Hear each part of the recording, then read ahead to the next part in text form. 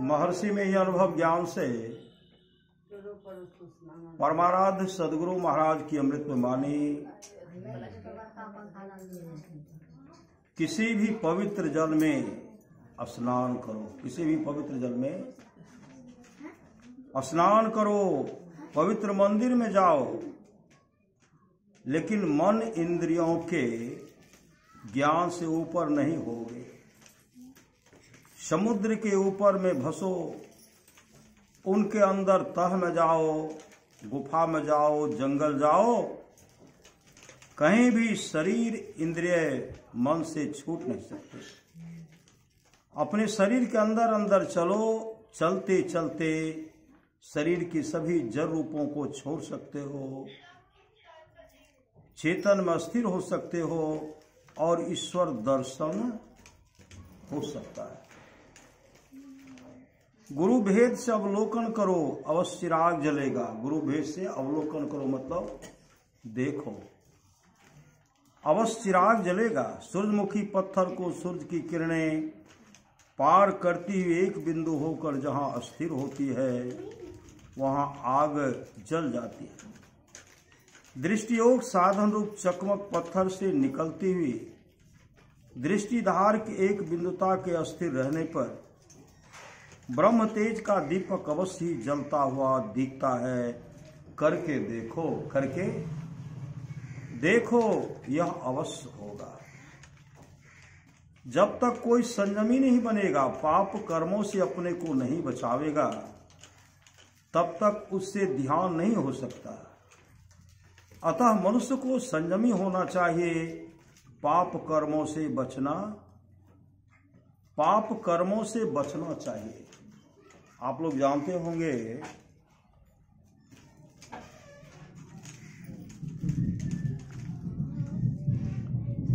हम लोग स्तुति भी करते हैं। अव्यक्त अनादि अनंत जय अज आदि मूल परमात्म जो ध्वनि प्रथम अस्फोटित पराधरा, जिनसे कि ये स्फोट है सो है स्फोट वही उद्गीत वही ब्रह्मनाद शब्द ब्रह्म ओम वही अति मधुर प्रणव धुनधार वही है परमात्म प्रतीक वही प्रभु का ध्वन्यात्मक नाम वही है सार शब्द सत शब्द वही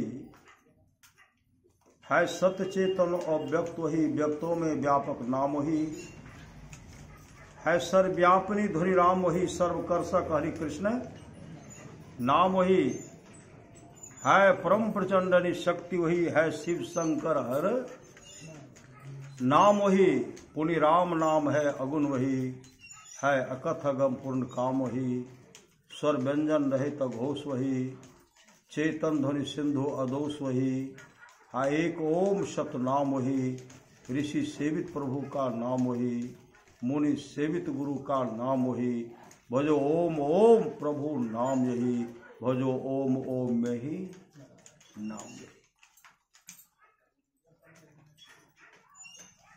परमाराज सदगुरु महाराज सत्संग में हमेशा समर्पित रहते थे। बराबर सत्संग अपने जीवन को सत्संगमय बना लिए थे। बराबर सत्संगमय बना लिए थे। धर्म प्रचार में हमेशा लगे रहते थे। कुछ विरोधियों के मन में हुआ ये जो हम लोगों को बाधा करते हैं, इनका हत्या होना चाहिए। किनका? गुरुदेव का हत्या होना चाहिए। इसको तंत्र मंत्र के द्वारा मारेंगे, तंत्र के द्वारा मंत्र के द्वारा इसको मारेंगे हम लोग। यह आवाज सदगुरु महाराज के कानों तक आ गई। औघर कहते हैं, औघर जो था का पहले आकर के हम मंदिर में प्रवेश न करें या कहीं सत्संग करें, देखिए हम उस पर कैसे तंत्र मंत्र का प्रहार करते हैं, उसको हम मार देंगे। गुरुदेव अपने शिष्य मंडली के साथ शिष्यों से कहते हैं गाड़ी पर सवार हो गए। कहा चलो वहीं सत्संग करेंगे। उसी मंदिर में सत्संग करेंगे, लेकिन तुम लोग नाम को कभी नहीं छोड़ना। नाम मतलब जप को, जो गुरु प्रदत्त मंत्र है, जो भजन भेद में दिया गया, उस मंत्र को कभी मत छोड़ना। गुरुदेव वहां जब पहुंचे, सब औघर, सब ऐसा सब औघर था ना, जो मनुष्य को बंदर बना देते थे, भेड़ बना देते थे, बकरी बना देते थे, भालू बना देते थे, जो मन में हुआ बना देते थे। अब जीवन भर जिसको बंदर बना दिए, भालू बना दिए, भेड़ बना दिए, वो तांत्रिक के आगे पीछे कर रहे हैं। उसको तांत्रिक ही, औघर ही उनको पुनः मनुष्य बना सकते हैं, उनके आगे पीछे कर रहे हैं। जैसे गुरुदेव वहां पहुंचे, मंदिर पहुंचे, औघर सब अपना काम शुरू कर दिए, मंत्र फेंकना शुरू कर दिए। तो गुरुदेव तो मंत्र जप रहे थे। श्री सद्गुरु, सत्संग हो रहा है, हर श्वास में नाम का सुमरन हो रहा है। औघर सब भगवान शिव का नाम लेकर के जैसे मंत्र छोड़ते थे, वह जो मंत्र उस पर प्रहार करते थे, भगवान शिव गुरु महाराज के सामने खड़े हो जाते थे, उनका रक्षा करते थे। श्री सद्गुरु, राम का नाम लेकर के मंत्र छोड़ते थे, भगवान श्री राम सदगुरुदेव का रक्षा करने लगते थे। काली माई का नाम, दुर्गा माई का नाम, आदि आदि जिनका नाम लेकर के, मतलब यह मंत्र करेंगे तो उसका नाश होगा, वही आकर के गुरुदेव का रक्षा करते थे। क्यों? देवी देव समस्त पूरन ब्रह्म परम प्रभु, गुरु में करे निवास कहत हैं, संत सब हो, मतलब उसमें, उस मंत्र में जो है सब उसी मंत्र में समा जाती है। नहीं तो बात है, जैसे समस्त पृथ्वी पर चराचर में हाथी के पांव में सबका पांव समा जाता है, उसी प्रकार एक गुरु की पूजा में, गुरु की पूजा करने से सबकी पूजा हो जाती है और सब उसमें समा जाते हैं। अंत में औघर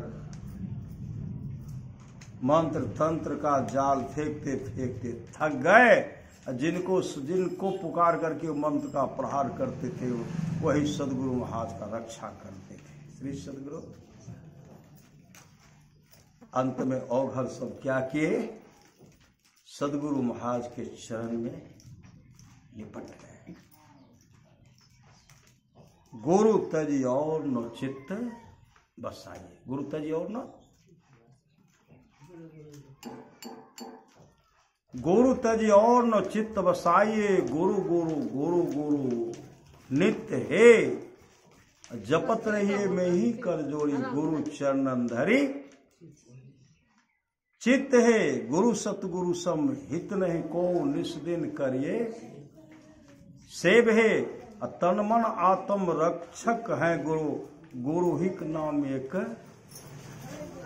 लेव है। तन का रक्षा करने वाला, मन का रक्षा करने वाला, आत्मा का रक्षा करने वाले सामर्थ्यवान सदगुरु हैं, इसलिए गुरु हिक नाम एक लेव है। परमाराम सदगुरु महाराज कहते हैं, एक ईश्वर पर अचल विश्वास, एक ईश्वर पर अचल विश्वास, पूर्ण भरोसा तथा अपने अंतर में ही उनकी प्राप्ति का दृढ़ निश्चय रखना, सदगुरु की निष्कपट सेवा, सत्संग और दृढ़ ध्यानाभ्यास, इन पांचों को मोक्ष का कारण समझना चाहिए। इंदौर की घटना, श्री सदगुरु,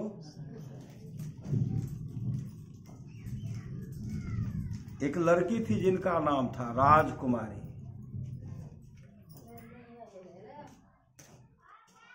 पच्चीस साल से रक्षाबंधन के शुभ अवसर पर भगवान कृष्ण के मंदिर जाती थी। भगवान कृष्ण मंदिर में जो भगवान कृष्ण का जो मूर्ति था उनको राखी बांधती थी, राखी 25 वर्ष से। राजकुमारी की शादी हुई, ससुराल गई।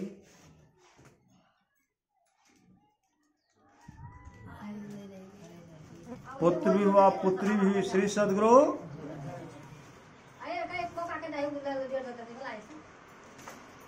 पुत्री, उनकी पुत्री शादी के योग्य हो गई, राजकुमारी की पुत्री। श्री सद्गुरु जब शादी की योग्य हो गई, आवाज बढ़ो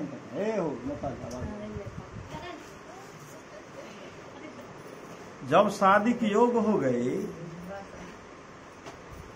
राजकुमारी का भाई जो था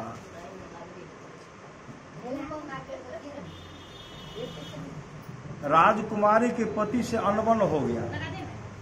राजकुमारी के पति से अनबन हो गया। साला कहिए, सरोज कहिए, सबसे अनबन हो गया।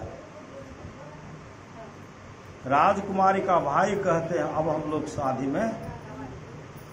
शादी में नहीं जाएंगे। ऐसा नियम था श्री सद्गुरु, ऐसा नियम था। इसमें जो है वह लड़की जो थी, लड़की के नानी के यहाँ से, मामा मामी के यहाँ से ऐसा नियम था, वहां से भात आता था जो शादी के अवसर पर यहाँ चढ़ाया जाता। कुछ बर्तन भी दिया जाता। लेकिन राजकुमारी के भाई कहते हम लोग शादी में नहीं जाएंगे। उसी समय राजकुमारी गई मंदिर, भगवान कृष्ण, जिस मंदिर में भगवान कृष्ण को वो राखी बांधती थी 25 वर्षों से। मंदिर जब गई, राजकुमारी कहने लगी आपको तो मैं 25 वर्षों से राखी बांध रही, भाई जानकर तुम ही हो, माता पिता तुम ही हो, तुम ही हो बंधु सखा तुम ही हो। आप ईश्वर भी हैं और मेरा भाई भी है। मेरी लड़की की शादी है, मेरे भाई भी नहीं आएंगे, वहां से कोई कुछ लेकर के नहीं आएंगे, लेकिन आपको मैं निमंत्रण दे रहा हूं कि आप मेरे यहां आइए और कुछ लेकर के आइए। क्या लेकर के? जो वहां से आता है, भात आता है, बर्तन आता है, आप कुछ लेकर के आइए। फिर भी मैं आपको निमंत्रण दे रही हूं, आप कुछ लेकर के आइए या नहीं आइए, लेकिन आपका कर्तव्य बनता, आप क्या करेंगे आप जाने, लेकिन मैं यही कहूंगी कि आप अवश्य आइए। यह कह करके राजकुमारी आई घर। जिस दिन शादी था, उस दिन पूरा सामग्री, पूरा व्यवस्था करके आए। कौन आए? उनके भाई के रूप में श्री सद्गुरु, भाई के रूप में कीमती 16 बर्तन, जो भात था, जो व्यवस्था था, सब लेकर के आए। कभी राजकुमारी उस तरह मन में विचार भी नहीं किया था, उनके पतिदेव विचार भी नहीं किए थे कि झगड़ा होने पर भी इतना व्यवस्था लेकर के आएंगे। तब सब खुश हो गए, श्री सद्गुरु खुश हो गए। लड़की की शादी हो गई और लड़की की विदाई भी कर दिए, फिर भी यहाँ तो साला बने में अनबन था। श्री सद्गुरु कोई बात नहीं हो कर, कोई बात नहीं। श्री सद्गुरु जब सब काम तमाम हो गया, अब जो है घर की सफाई हो रही है। राजकुमारी की भाई थी, नौकरानी। राजकुमारी जो घर को सफाई कर रही थी कि बांसुरी का आवाज, बांसुरी का जब आवाज सुने राजकुमारी कहने लगे मेरे भैया कृष्ण का बांसुरी का आवाज है, मेरे भैया कृष्ण की बांसुरी का आवाज है। नौकरानी गई, नौकरानी जब मंदिर के पास जाती है तो एक साधु बांसुरी बजा रहे साधु, और नौकरानी धाई आकर के कहने लगी मंदिर जो है, मंदिर में एक साधु बाबा बांसुरी बजा रहे हैं। राजकुमारी कहने लगी इसी तरह मेरे भाई तो बांसुरी बजाते थे इसी तरह, लेकिन लगता है मेरे भैया का बांसुरी का आवाज, मतलब कृष्ण। वो धाई कहने लगी आप एक बार जाइए वहां, वह काम जो कर रहे थे और बांसुरी का जो धुन सुन रहे थे निमग्न हो गए, श्री सदगुरु निमग्न हो गए, एकदम निमग्न होकर के सुन रही है। उसी कुछ देर के बाद वही साधु इनके दरवाजे पर चौकट पा करके खड़े हैं, बांसुरी बजा रहे हैं। भाई जाकर के कहने लगी नौकरानी देखिए ना वही साधु बाबा जो मंदिर में बांसुरी बजा रहे थे आपकी चौकट पर खड़े होकर के बांसुरी बजा रहे हैं और कह रहे उनको भेजिए, तो उनको भेजिए। कहा किनको? इस घर में एक मेरी बहन रहती है, उनको भेजिए। जैसे जाकर कहे आपका एक बाबा साधु बाबा जो मंदिर में थे कह रहे कि मेरी बहन रहती उनको भेजिए, तो जैसे राजकुमारी वहां गए उस समय साधु बाबा कहते हैं आप हमको जल्दी से खिलाइए, जल्दी से हमको खिलाइए, मिठाई खिलाइए, और मिठाई खिला करके हमको जल्दी से विदाई कीजिए। तो राजकुमारी कहने लगी देखिए पहले आप भोजन कर लीजिए, भोजन कीजिए। साधु बाबा कहते हैं आपने हमको मिठाई गच्छा है और आपने कहा मिठाई भी खिलाऊंगी और विदाई भी करूंगी, आप अवश्य आइएगा, हमको पहले मिठाई खिला दीजिए, हमको विदाई कर दीजिए, हम भोजन नहीं करेंगे। राजकुमारी कहने लगी भोजन तो करना ही पड़ेगा। तो साधु बाबा कहते हैं हम तो भोजन कर लिए हैं, मेरा नियम है प्रत्येक दिन हम 12 बजे दिन में भोजन कर लेते हैं।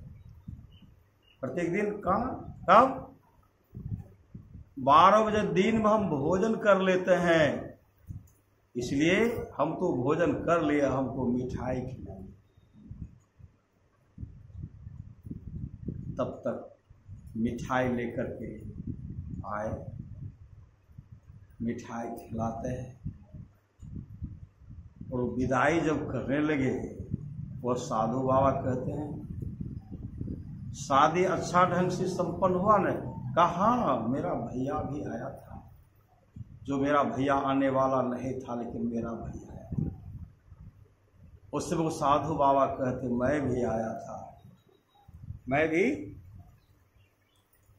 भी आया था, मैं भी पूरा सामान लेकर के आया था, भात लेकर मैं आया था, बर्तन लेकर के मैं आया था, लेकिन उस समय मेरा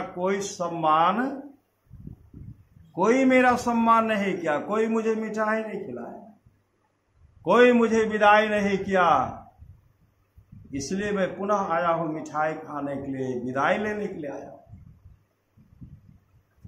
राजकुमारी को पूर्ण विश्वास हो गया मेरा भैया, पता लगा तो उनका भैया नहीं आया था। ए भगवान कृष्ण मेरे भाई, मेरे गिरधर, मेरे गोविंद, मेरे भाई का रूप धारण करके आए थे, मेरे मतलब विदाई तक वही किए थे। विदाई, बारात विदाई, लड़की विदाई, सब सामान दिए उनको, कीमती बर्तन दिए, सुंदर सुंदर भोजन बना कर लिए, अंतर्धान हो गए। श्री सदगुरु राजकुमारी दौड़ उधर कर रही, कहाँ गए मेरा भाई, वो साधु बाबा कहाँ गए? ढूंढते रह गए, कहीं नहीं मिला। आरती रोने लगी, पूर्ण विश्वास हो गया मेरे इष्ट मेरे गोविंद आए, मेरे गोविंद, मेरे गोविंद। ये तो प्रेम की बात, उधो बंदगी तेरे बस की नहीं है। यह श्रद्धे के होते हैं सौदे, आशिकी इतनी सस्ती नहीं। श्रद्धा प्रेम से भगवान कृष्ण आए जब कुछ सफल। इंदौर की दूसरी घटना है, अभी सुन रहे थे, कर्णधार सदगुरु देढ़ नावा, दुर्लभ साल सुलभ करी पावा। इंदौर के और घटना है, इंदौर की लड़की की शादी हुई थी हरजपुर।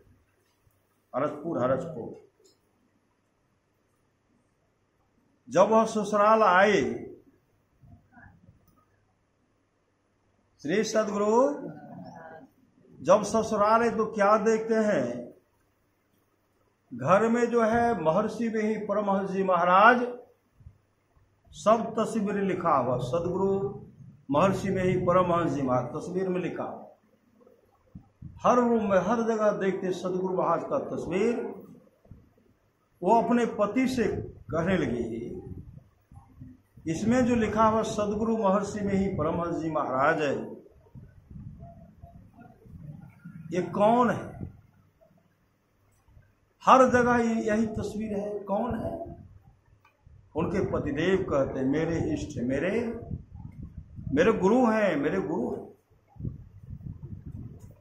इससे होता क्या है? इतना जो तस्वीर आप लगा कर रखें, इससे क्या होता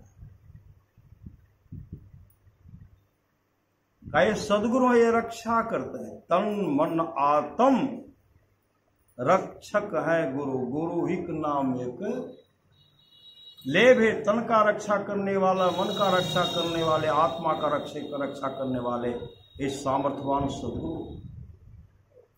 विपत्ति में कोई मददगार नहीं होता तो ये मदद करते हैं, ये मदद करते, ये रक्षा करते हैं। उसी से उनके सास ससुर भी आ गए और दोनों का बात सुन रहे थे, पुत्र का और पतोह का। सास ससुर भी कहते हैं, बेटी साक्षात संत कबीर की वाणी है, तीन लोक नो खंड में गुरु ते बरा न कोय, कर्ता करे न कर सके गुरु करे ते होय। राम कृष्ण सो को बरो तीन हो तो गुरु किन, तीन लोक के वे धनी जो गुरु आगे अधीन। साक्षात सदगुरु जो परमात्मा के तुल्य है, ये रक्षा करते। विपत्ति में कोई रक्षा करने वाला नहीं, कोई मददगार नहीं, ये रक्षा करते हैं। तरह तरह से समझाए। जब वो नैहर जाने लगी, उनके सास ससुर पति गुरुदेव का एक पावन तस्वीर दिए, पदावली दिए, शांति संदेश दिए, कुछ पुस्तक सब दिए और उनको कहने लगे, जिस कमरा में आराम करती हो उसी में तस्वीर को लगा करके रख। सोने के समय प्रणाम करके सोना है और उठने के समय प्रणाम करके बाहर जाना है। अब बाहर से फिर आना तो गुरुदेव को प्रणाम करके प्रवेश करना है। हमेशा उनका नियम बन गया। वहां जब गए, नैहर गए, तस्वीर जब लगाए तो उनके माता पिता कहते कौन है? वह कहने लगी, ये मेरे पति देव के गुरु हैं, सास ससुर के गुरु हैं।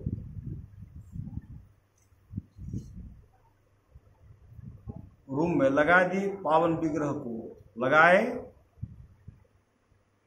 जब सोने के लिए जाती प्रणाम करके सो जाती थी, प्रणाम करके सोती। अब बाहर जाती थी प्रणाम करके जाती।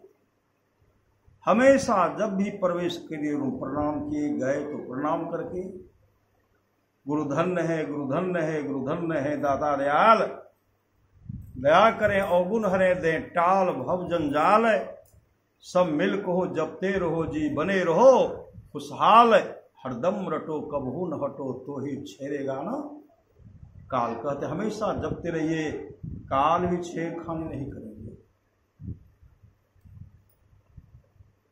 एक दिन ऐसा आया, रात्रि का जब 12 बज गया तो काफी वर्षा हो रही, काफी वर्षा, मूसलाधार बारिश। इनके पेट में असह्य दर्द हो गया, असह्य दर्द, दर्द से करा रही है, छटपटा रहे, माँ माँ बाबूजी, माँ को पिताजी को पुकार रहे हैं, कोई उनकी आवाज को नहीं सुने। जोरों की वर्षा हो रही है, अंधेरी रात है।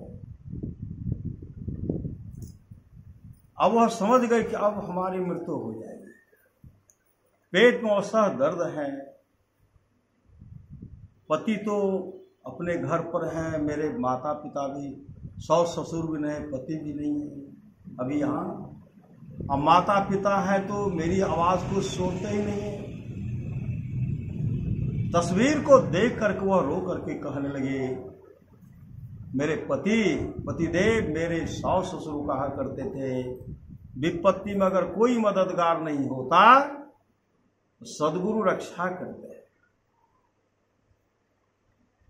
जब आप रक्षा करते हो, मैं तो जिंदगी के पहला सीढ़ी पर अपना पांव रखी, अपना पहला पांव रखी, जिंदगी की पहला सीढ़ी पर मैं अपना पांव रखी। कहते हैं आप रक्षा करते तो हमारी रक्षा कब करोगे? अब आप हमारी रक्षा कब करोगे? कहने भर का देर था और तस्वीर देख करके रो रहे थे। लगा कोई फरिश्ता ऊपर से नीचे आया, छड़ी ले लिए, टेढ़का लाठी था, श्री सदगुरु टेढ़का लाठी लेकर के वहां आए और कहते हैं कहाँ में दर्द हो रहा है, कहाँ में दर्द हो रहा है। इशारा किए, मुंह से आवाज नहीं निकल रही, ऐसे हाथ इशारा किया। और गुरुदेव क्या कि उसी समय टेढ़का लाठी ऐसे घुमाए, ऐसे पेट पर सटा घुमाते हैं। वो गहरी नींद में सो गई। अब पेट का दर्द समाप्त हो गया तब सो गई। भारा सोई, सूर्य ऊपर चढ़ चुका है तब तक सोई, क्योंकि भर रात तो जगी थी। उनके माता पिता आए, उनको उठाते हैं और उठ करके रोने लगे। उनके माता पिता कहते क्यों रोए? वह कहने की रात में असह्य दर्द हो रहा था, आपको बहुत चिल्लाए, पिताजी को भी बहुत, मां को पुकारे, लेकिन कोई नहीं आए। तब मैं तस्वीर को देख करके रोकर कहने लगी, मेरे पतिदेव मेरे सास ससुर कहा करते थे, विपत्ति में अगर कोई मददगार नहीं करता है तो सदगुरु करते हैं। मैंने कहा अब हमारी रक्षा आप कब करोगे? उसी से मैं तस्वीर से सदगुरु महाराज उतरे, टेढ़का लाठी घुमाए पेट पर, पेट का दर्द समाप्त हो गया। श्री सदगुरु अपने पतिदेव को फोन किए, सास ससुर को फोन की, बहुत देर तक बात। ऐसे होते हैं सामर्थवान सदगुरु, गुरु सतगुरु समहित नहीं को निस्दिन करिए से भी। भगवान शिव कहते गुरु पद प्रीति नीति रते, जेई अद्विज सेवक अधि कारितेई करण धार सदगुरु दृढ़ नावा, दुर्लभ सास सुलभ करी पावा। आप लोग जानते होंगे, मैं कई बार यह प्रसंग आपको सुनाया।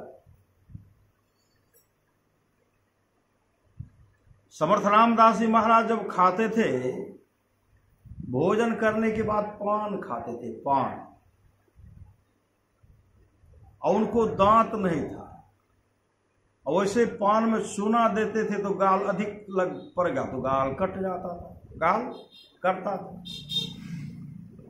शिवाजी महाराज विचार के इनको पान कूटने वाला एक बर्तन दिया जाए, पनबट्टा कूटने वाला उनको दिए, एक सेवक भी नियुक्त कर दिए। गुरुदेव को भोजन के बाद पान कूट करके देना है, तो कूट करके पान देते थे तो गुरुदेव चबा चबा करके खाते थे।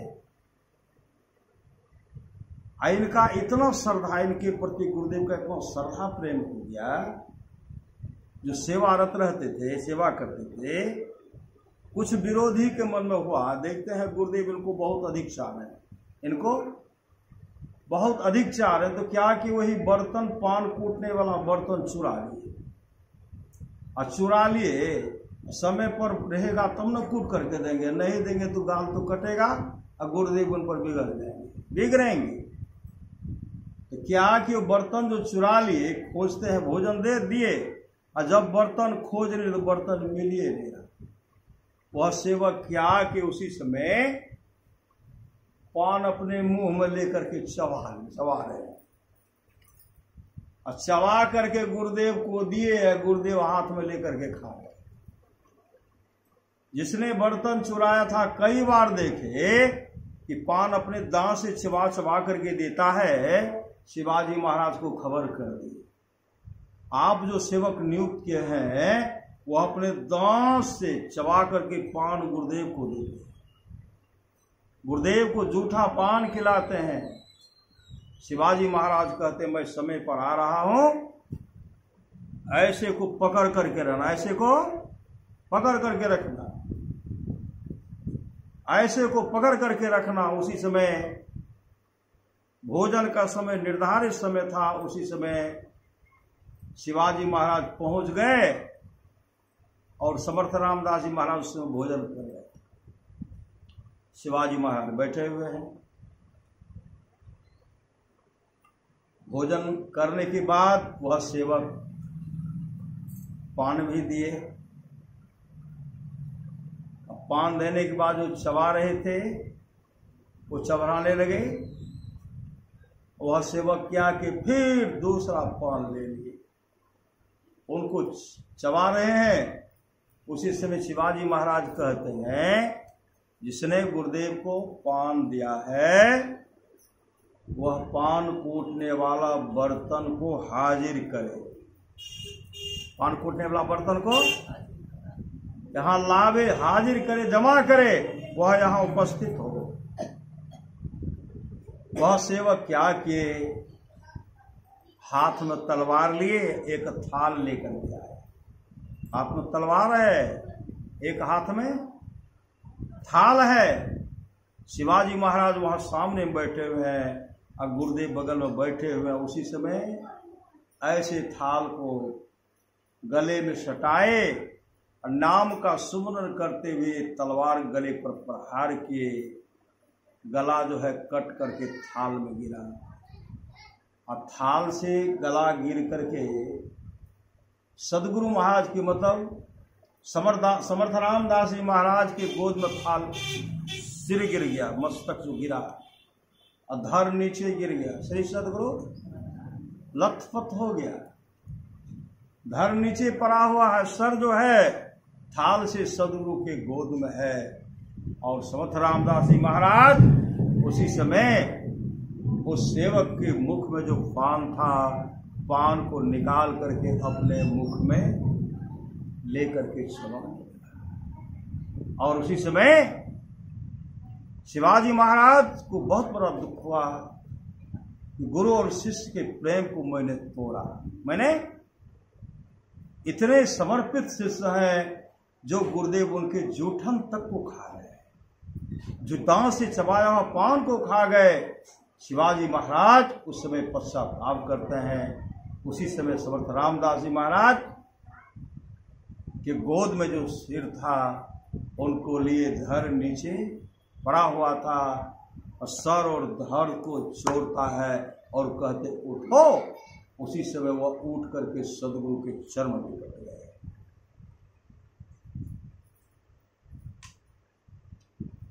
कटा हुआ सिर जो था जुट गया। ऐसे सामर्थ्यवान समर्थ रामदास जी महाराज कौन थे? पहुंचे संत सदगुरु थे। हमारे सदगुरु महाराज ही स्वामी समर्थ रामदास जी महाराज के रूप में हमारे गुरुदेव थे, श्री सदगुरु। तब गुरुदेव ने कहा, गुरु तज और न चित्त बसाइए, गुरु गुरु गुरु गुरु नित्य है, जपत रहिए मैं ही कर जोरी, गुरु चरणन धरी चित्त है, गुरु की नित्य कर पूजा, जगत इन शम नहीं दूजा, मैं ही को आन नहीं सूझा, फकत गुरु ही आधार। अभी सुन रहे थे, माता पिता का सेवा भी होना चाहिए। समर्थ रामदास जी महाराज का बचपन का नाम था राम। क्या नाम था? बचपन का नाम था राम। ये चाहते थे कि हम सन्यासी जीवन व्यतीत करें, सन्यासी। ये चाहते थे घर द्वार छोड़ करके हम कहीं जंगल जाकर के तपस्या करें। ये शादी करना नहीं चाहते थे, शादी करना नहीं चाहते थे। यह आवाज मां के कानों तक गई। राम के मां ने कहा, श्री सदगुरु, राम के मां ने कहा, मेरा आदेश है,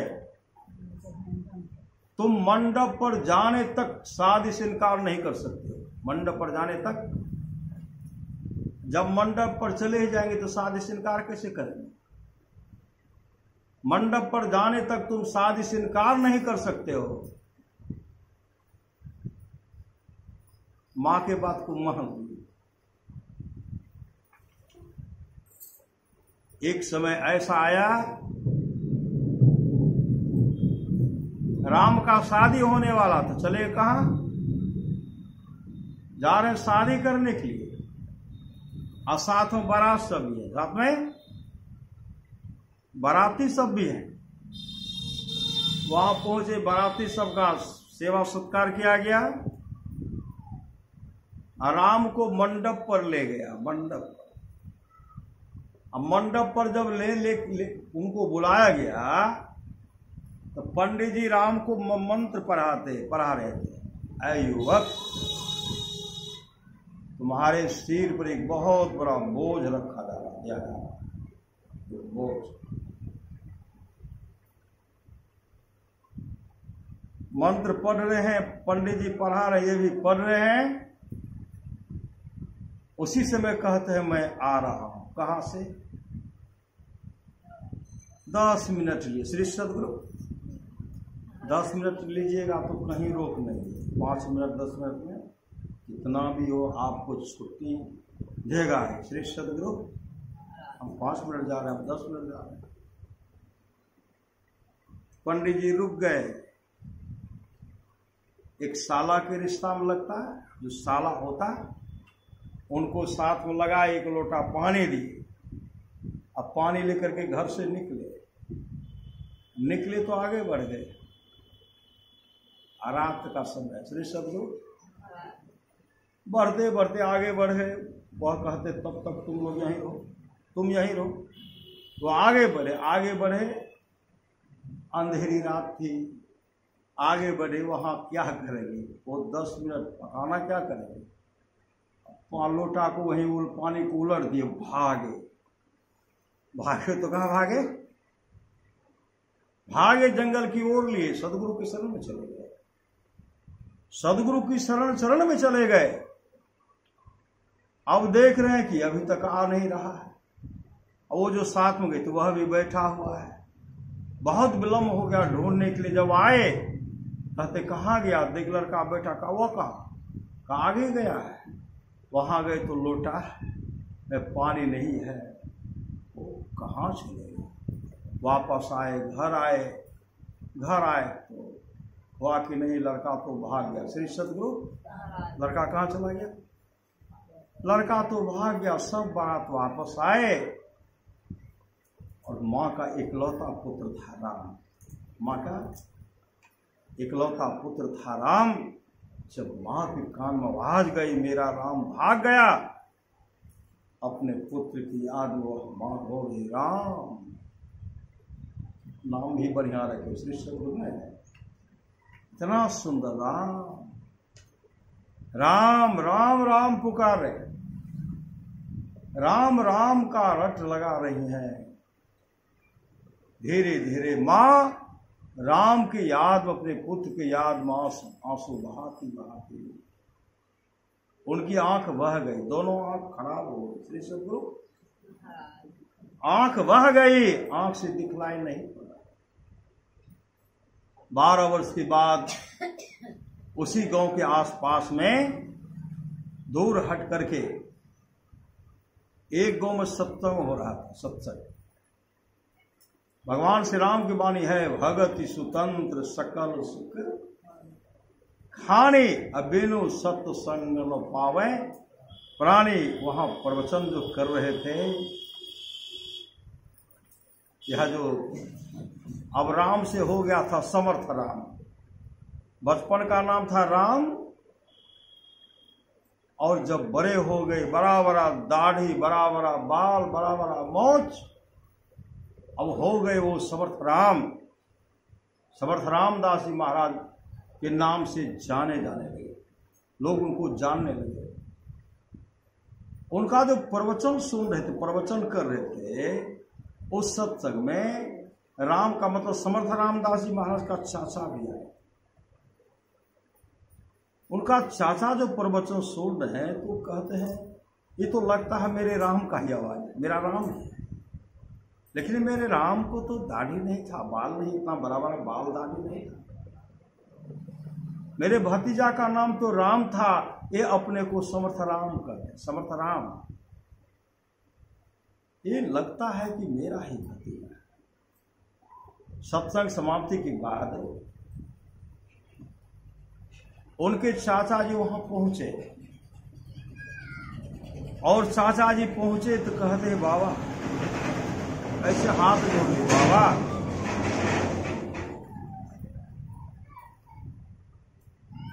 आपका तो नाम समर्थ रामदास है, लेकिन मेरा भतीजा का नाम था राम, लेकिन आप ही के जैसा वही रूप, वही वाणी, वही आवाज, लेकिन मेरे राम को इतना बड़ा बाल, इतना बड़ा दाढ़ी नहीं था। जानते हैं बाबा, वह मेरा राम जो मंडप पर से भागा, आज तक वापस नहीं, पाखाना करने के बहाने निकला, आज तक वापस नहीं आया। उनके जब से वह गया, उनकी मां उनकी याद में रोते रोते, रोती रोती अपने दोनों आंखों को खो बैठी है, दोनों आंखें बह गई। हमेशा मुख से राम, मेरा राम, मेरा विराम, मेरा राम कह करके पुकार। बाबा आप तो बराबर सत्संग करते हैं, लेकिन अगर ऐसा राम आपको मिले, उस राम से आप बस कहिएगा, आपकी मां आपकी याद में आप दोनों आपको खो बैठी है, लेकिन हमेशा राम राम कह रही है। कम से कम उस मां के पावन को कहिएगा अवश्य आने के लिए, कम से कम वह राम अपने मां का दर्शन कर दे, अपने मां को भी दर्शन दे दे। समर्थ रामदास जी महाराज कहते हैं, मैं कल मैं आ रहा हूं। श्री सदगुरु वो नहीं कह रहे कि मैं ही समर्थ राम, मैं ही राम हूं, कल मैं आ रहा हूं। उन मां से कहिएगा, अरे उनका लड़का था राम, मैं हूं समर्थ राम, हमको ही वो बेटा मान ले। चाचा जी और फेर में पड़ गए, ये है कि नहीं है, लेकिन रोग तो वही है। बाल दाढ़ी बड़ा है, मेरे राम को बाल दाढ़ी नहीं था। जैसे उनके चाचा घर पर आए और राम के मां से कहते हैं, आज मैं सत्संग में गया था, अपने ही राम जैसा एक समर्थ राम है, लगता अपना ही राम है, लेकिन वो अपने को समर्थ राम कहते हैं। जब मैं आपके बारे में उनको बताया, उन बाबा के आंख से भी आंसू बहने लगे। बाबा ने कहा, मैं कल आ रहा हूं, आएंगे। इतने समय में आएंगे।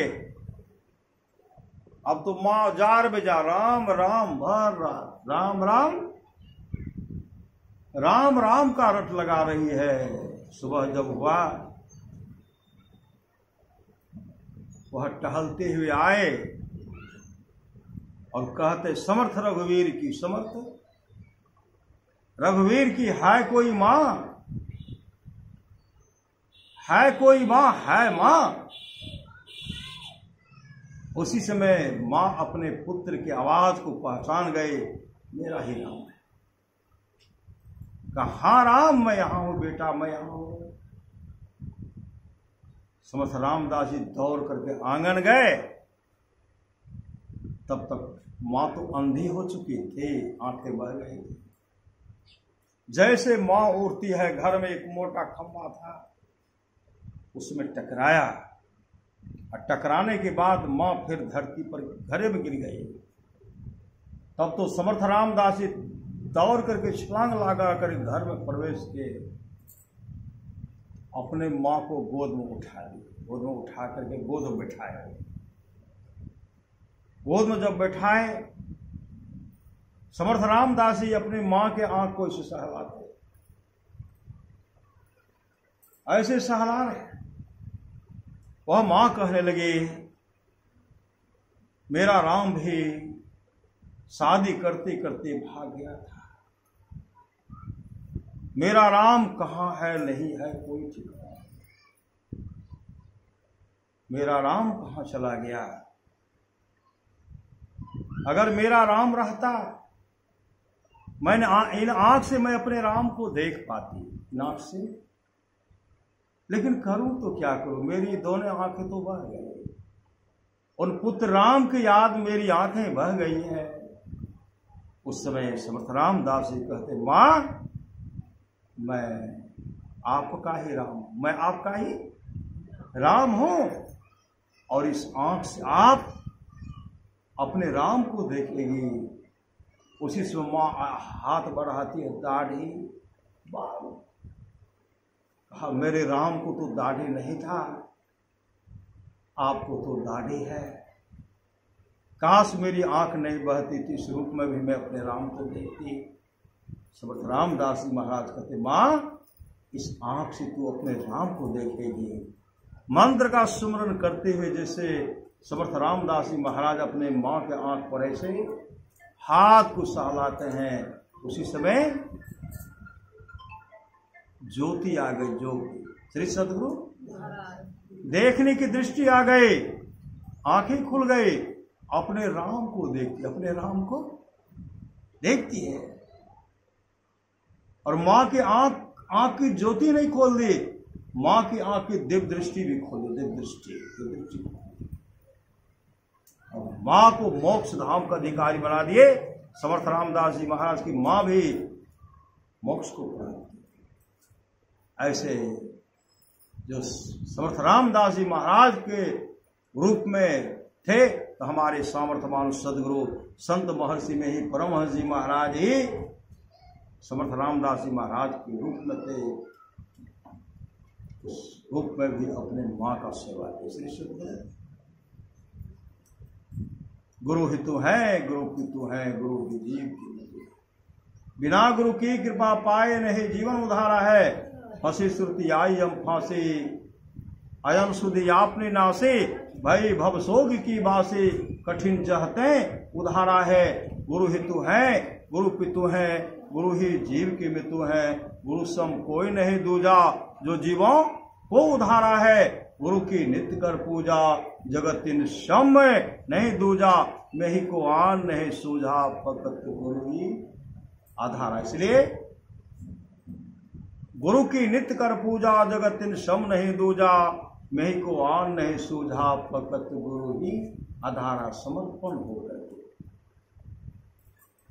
श्रद्धा से माता पिता का सेवा कीजिए, पति का सेवा कीजिए, सास ससुर का सेवा कीजिए, और आपस में मेल से रहिए। जहां सुमति तहां संपत्ति, नाना जहां अच्छी मति है, सुमति है, वहां संपत्ति की कमी नहीं होगी। इसलिए आपस में मेल प्रेम। और महाराज सूरराज कहा करते थे आपस में मेल से आपस में आपस में सब सत्य व्यवहार रखेंगे तब न होगा मेल। आपस में मेल से गुरु के प्रति समर्पण। सही सदगुरु समर्थ रामदास जी महाराज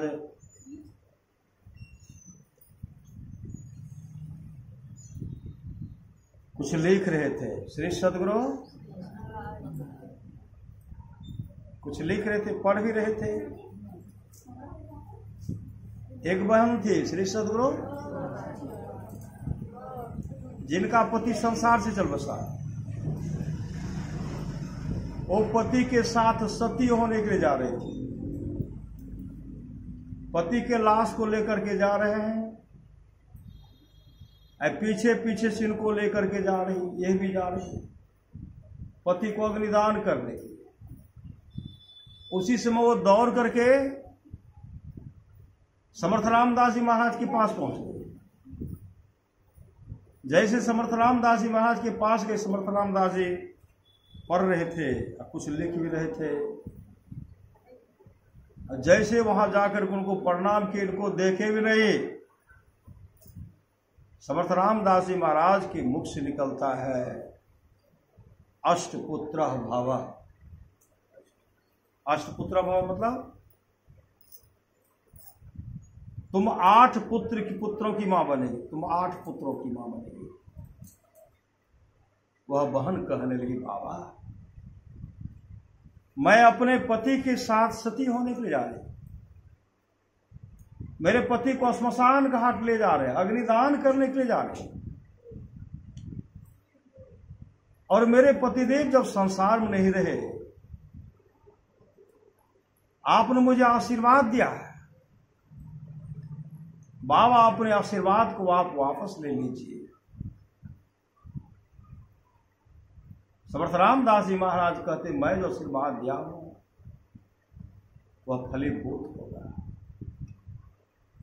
और तुम 8 पुत्रों की मां बनेगी। कहां बुलाओ, कहां लाश को बुलाओ, यहां मंगाओ। लाश को मंगाया गया और मंत्र का सुमरन करते हुए जैसे उस जल का छिड़काव करते हैं, लाश जो लाश था उसके मुख से निकलता है राम राम। श्री सदगुरु राम राम निकलता है और उठ करके बैठ गया। श्री सदगुरु उठ करके बैठ गया और वो बंधन से खोला गया। तो वो क्या, समर्थ रामदास जी महाराज के शरण लिपट गए। वह बहन थी, कहने लगी बाबा ये तो मेरे पतिदेव संसार से चल बसे थे, आपने इसको जीवन दिया है, इसलिए आप इनको अपने साथ में रखिए, अपने साथ में रखिए, आप अपने साथ में रखिए। समर्थ रामदास जी महाराज ने कहा मैं तुमको आशीर्वाद दिया हूं, तो 8 पुत्रों की मां बनेगी, इसलिए जब तुमको पुत्र होगा वो एक पुत्र को चढ़ा देगा। पुत्र को चढ़ाना, वो घर गए, पति एक साथ प्रेम से रहने लगे। समय पर एक पुत्र हुआ, उस पुत्र को चढ़ाने के लिए कहां गए, चढ़ाने के लिए यहां आए समर्थ रामदास जी महाराज के पास। चढ़वा चढ़ाते समर्थ रामदास जी महाराज ने कहा तब तक इनका सेवा करो, इनका भरण पोषण करो। उनका नाम रखा गया उद्धव गोस्वामी। उद्धव गोस्वामी और संत सदगुरु के समर्पित उद्धव गोस्वामी शिष्य बने, समर्पित भक्त बने। आप लोग जानते होंगे समय समय पर 8 पुत्र की मां बनी, सब पुत्र सदाचारी, सब पुत्र सदाचारी, मां भी सदाचारी, पति भी सदाचारी बन गए और भगवत भजन करने वाले बन गए। समर्थ रामदास जी महाराज इनकी बात है, एक दिन की बात है, समर्थ रामदास जी महाराज भिक्षा टन कर खाते, भीख मांगते, भीख मांग कर खाते थे ना, भीख मांग करके खाते। समर्थ रामदास जी महाराज उद्धव गोस्वामी कहते उद्धव जाओ तो भिक्षाटन करने के लिए जाओ। समर्थ रघुवीर की दुहाई करना। जैसे वो पहुंचते एक ऐसे तांत्रिक के घर पर पहुंचे। तांत्रिक भूत भविष्य वर्तमान सब जानते थे और उनके विरोध में जो चला वो किसी को बचने के लिए नहीं देते। श्री सद्गुरु जैसे समर्थ रघुवीर की कहते हैं भिक्षा दो, उस तांत्रिक के पास गए। तांत्रिक कहते हैं यहां कोई समर्थ नहीं, कोई रघुवीर नहीं, कोई राम नहीं, समर्थ तो मैं हूं, मेरा राज है। श्री सद्गुरु मेरा अधिकार चलता है। फिर टेर लगाते समर्थ रघुवीर की कहते हैं।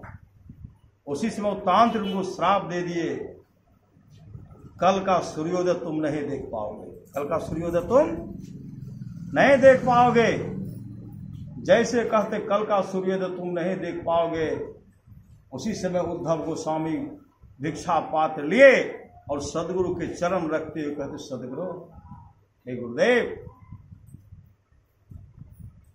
अब भिक्षाटन करने के लिए वाले का भिक्षाटन करने के लिए आप दूसरा शिष्य का व्यवस्था कर दीजिए, क्योंकि मैं कल सूर्योदय नहीं देख पाऊंगा।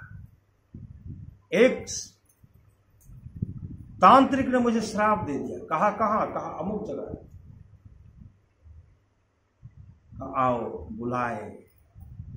बुला करके उनको समझाते हैं और कहते देख तुमको जो हम भजन भेज दिए उस मंत्र को जपो, उस मंत्र छोड़ना नहीं। उससे वो मंत्र जप रहे हैं और कहते मेरा चरण दबाओ, और सोना भी नहीं, बाहर रात जग करके रहा। सही सदगुरु उसी समय मंत्र जप कर रहे हैं और तरह तरह का भयावह रूप उनको डरावना दिखलाते हैं। कहीं सर्प के रूप में, कहीं काल के रूप में आते, आओ इधर आओ, वहां से आओ इधर आओ, डराते हैं, धमकाते हैं, तरह तरह से डरा रहे, धमका रहे। विशाल वृक्ष उखड़ उखड़ करके गिर रहा है, काफी आवाज हो रही है, परेशान, बिजली चमक गर्जन वज्रपात हो रहा है। सदगुरु लेकिन गुरुदेव ने कहा था मेरा चरण दबाना नहीं छोड़ना, मंत्र का सुमरन तो कभी छोड़ना नहीं। हर तरह का प्रयास किया गया। जब देखे कि आने वाला नहीं है, तब क्या करते हैं, इनके मां के रूप में आते हैं। श्री सदगुरु कौन? काल इनके मां के रूप में आते हैं। बेटा अरे तुमको भोजन बहुत पसंद होता था, ये भोजन बहुत पसंद होता था, आओ देखो तुम खीर खा लो। खीर मनमोहा की मां है, मां के हाथ से खीर खा लेता हूं। जैसे मनमोहा जाना चाहिए, गुरुदेव कहते हैं उधर अरे क्या देख रहे हो, कुछ नहीं खाना है, उधर मत देखो, मेरा चरण मत छोड़ना। हर तरह का रूप, कई रूप दिखलाए, प्रलोभन दिए, आवे, लेकिन टस से मस नहीं हुआ। उसी समय सूर्य उदय हो गया। वो बाल बच गए। जब बाल बच गए, पुनः सदगुरु कहते जाओ उसे तांत्रिक यहां जाओ, पहले भिक्षा काब ने कहा तुम जाओ। तो जैसे कहते समर्थ रघुवीर की, उसी समय वो तांत्रिक उधर से निकलते हैं और कहते हम जिस पर बाण चलाते थे आज तक मेरा बाण विफल नहीं गया, लेकिन हमसे भी विशेष है। श्री सदगुरु हमसे भी विशेष है। उसी समय तांत्रिक उनके साथ आए, समर्थ रामदास जी महाराज के शरण लिपट गए और कहते हमको वह ज्ञान दीजिए जो ज्ञान आपके पास है, जिससे मेरा जीवन मंगलमय हो। तब उनको भजन भेद दिए। भजन भेद दे करके कहा आपने जिस मंत्र का दुरुपयोग करते हैं, लोगों का हत्या करते हैं, लोगों को सताने का काम करते हैं, ये काम करना छोड़ दीजिए और इस मंत्र को जपिए। सदगुरु करणधार सदगुरु दिरनावा, दुर्लभ साग सुलभ करी पावा, जोर उतरे भव सागर, नर समाज अस्पार, सोकृत निंदक मंदमती, आत्म जाए। इसलिए जीवन में सत्संग कराइए, सत्संग गच लीजिए। सत्संग अनिष्ट होने से बचाता है। भजमन सतगुरु दयाल काटे जम जाला। जम के जाल को भी काटने वाले सामर्थ्यवान सतगुरु हैं। गुरु की नित्य कर पूजा जगत सम नहीं दूजा। नहीं को आन नहीं सूझा गुरु ही आधारा है। बोलिए प्रेम से श्री सद्गुरु महाराज की जय। तो सबका कामो धंधा छै ने छै।